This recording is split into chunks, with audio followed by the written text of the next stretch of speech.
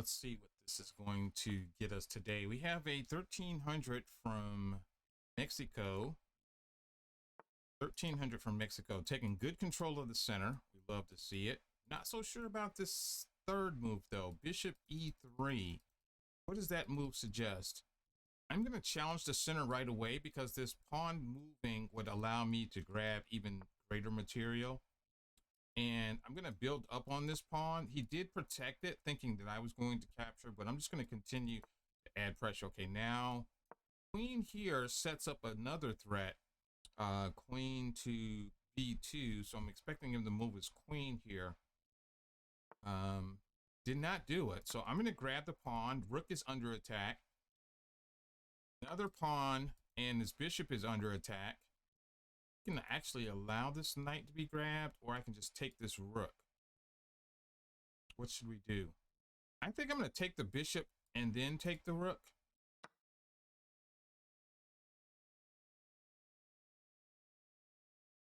I'm going to take the rookie.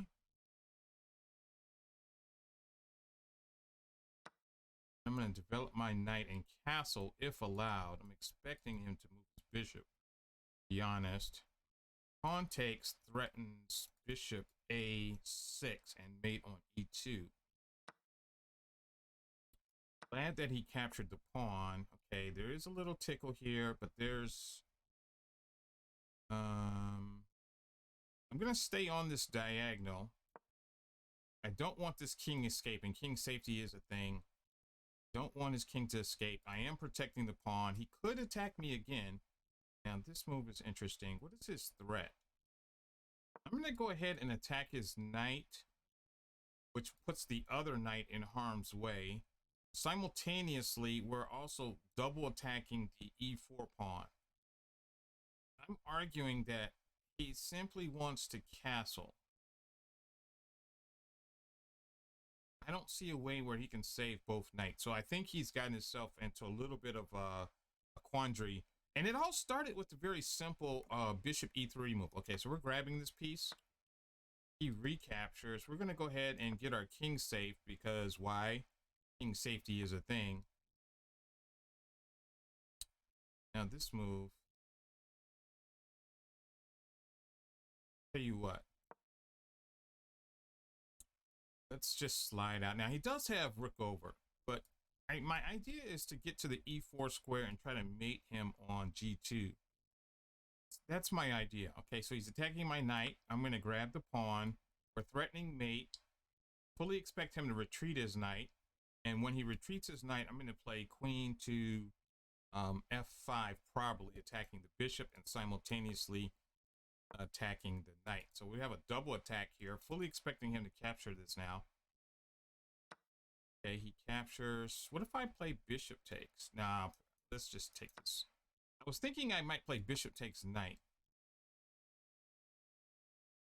I think I will now. Interesting. I am up a rook, so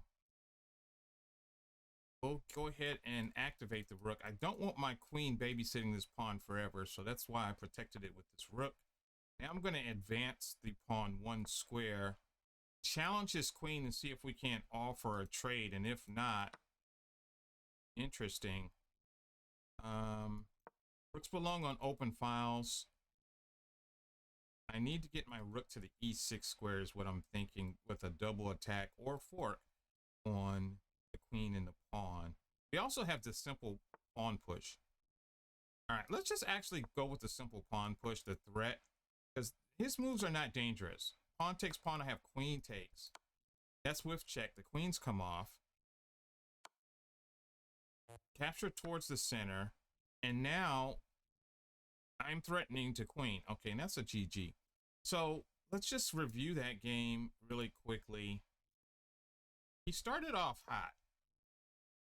D4 attacking the center. These are the four center squares. I'm attacking from the flank is my idea.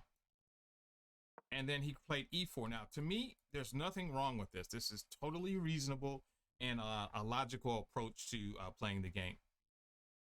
I attack the center from the flank, which is already defended, by the way. And then he plays this move. Now, this move was the first strange move of the game. He's over defending this pawn and developing this bishop to make it look like a big pawn. I call it the tall pawn. The bishop really doesn't belong here. What he should have continued to do is simply got his other pieces out so that he can castle his king very quickly. There was no immediate danger on the center. So I started to try to build up on, you know, this inaccuracy, because moving his bishop made this pawn on b2 a little weak.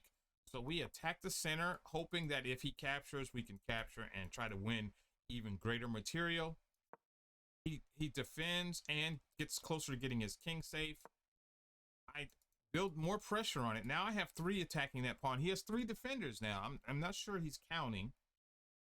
And now he adds a 4th defender, which does indirectly give me a new attacking point. So I'm just really beating up the dart squares here, guys.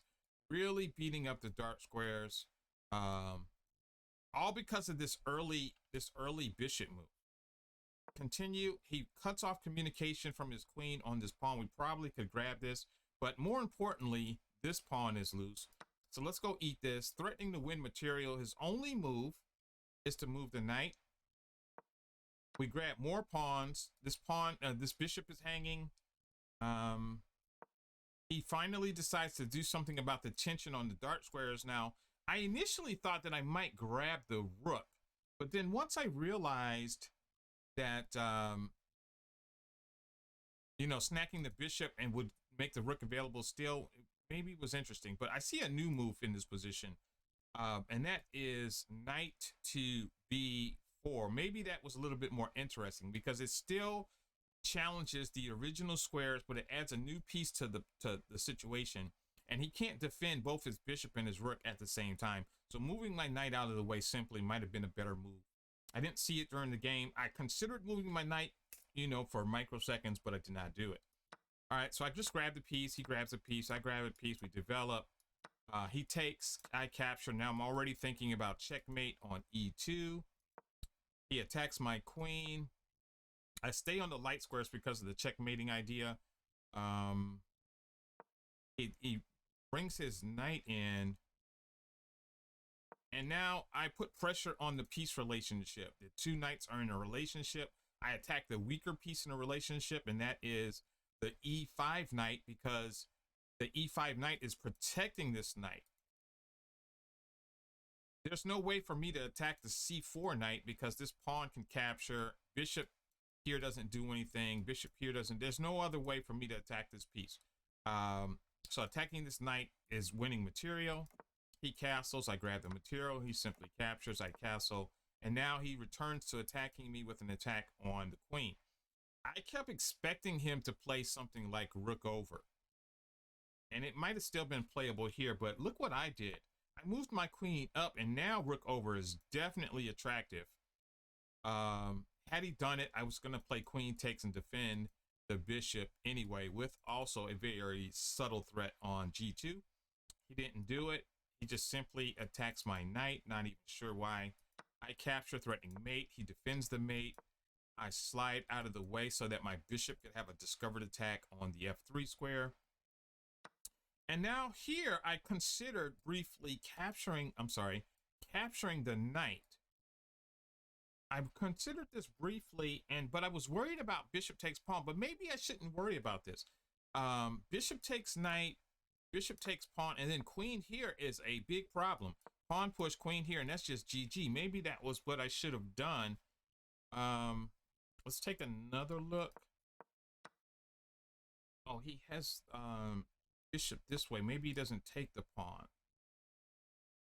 If I go here, he just mates me. So if he plays bishop here, now I've got to do this.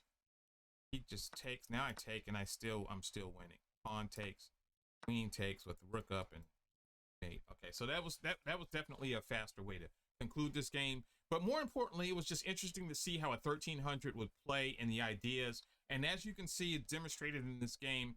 Very simple attacks. Rarely attacking with more than one piece at a time on one active square. They're just doing a little tickle here. You know, move something, move something. I'm going to pressure the piece that's bothering me the most type moves. These are the type of moves that you generally see from 1,300 rated players. So we're going to continue looking at some additional games. Take a look at the YouTube, Twitter, Instagram, and absolutely on Twitch for some live games. We'll see you soon.